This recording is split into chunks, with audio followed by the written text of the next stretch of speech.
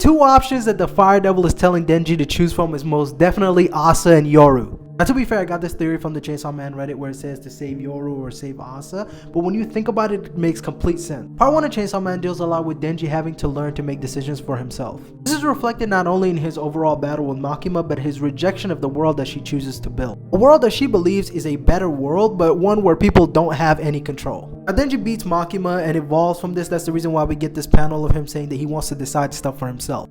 Now, Asa and Yoru represent a natural evolution of that question. And that is, are you going to choose the easy decisions or are you going to choose the hard ones?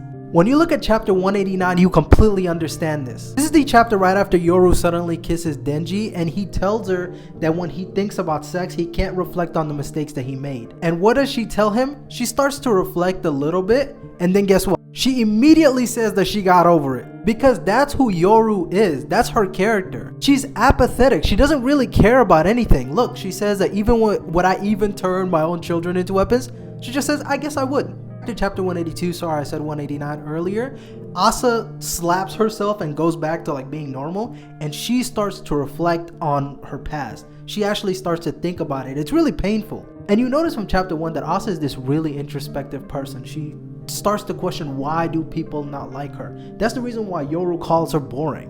And looking at chapter 200, you completely get this because Asa is talking about how it's really hard to think about unpleasant things. And then when Yoru takes over like half a second later, she literally just goes and says, let's have some fun. And that is the decision that the Fire Devil is talking about.